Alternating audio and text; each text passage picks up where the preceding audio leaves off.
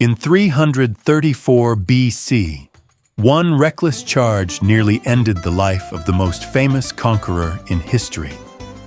At the Battle of the Granicus River, a Persian sword came within inches of killing Alexander the Great. If that blade had landed just slightly differently, the entire course of world history might have changed forever.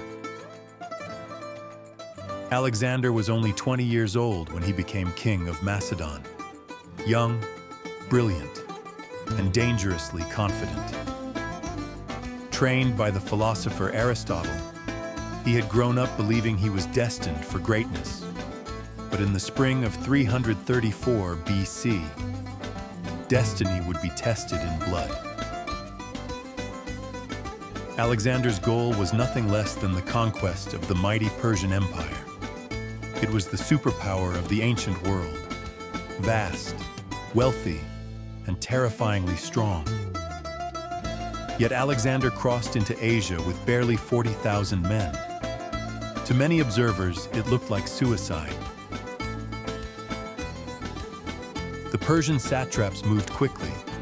They gathered a powerful army and blocked Alexander's advance at the Granicus River. It was the perfect defensive position. The river was shallow, but its banks were steep and treacherous, and waiting on the far side, thousands of Persian cavalry.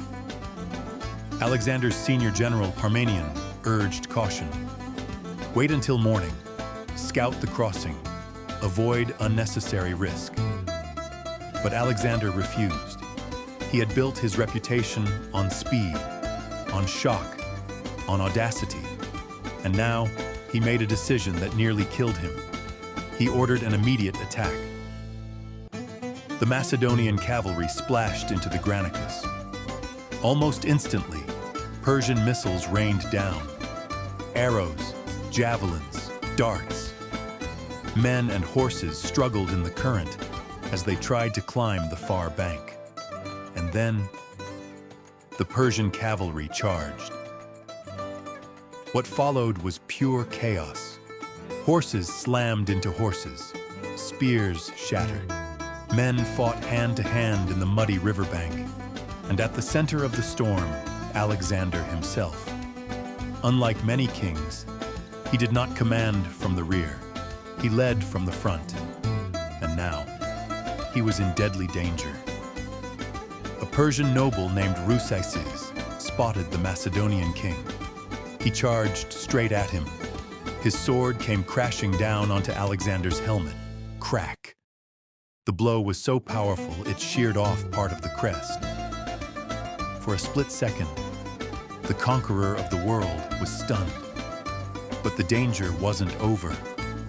Another Persian commander, Spithridates, rode in from behind. He raised his sword and aimed directly at Alexander's exposed neck. At the last possible moment, a Macedonian officer saw what was happening. Cleitus the Black spurred his horse forward. With one perfectly timed strike, he severed Spithridates' arm. The Persian sword never reached Alexander. History itself had just been saved by a fraction of a second. With their king still alive, Macedonian morale surged. The fearsome Macedonian phalanx finally crossed the river, facing a wall of spear points. The Persian cavalry began to break. Then they fled. The Battle of the Granicus was won, but it had come terrifyingly close to disaster. If Alexander had died that day, there would have been no conquest of Persia, no founding of Alexandria, no spread of Greek culture across the East. The entire Hellenistic world might never have existed.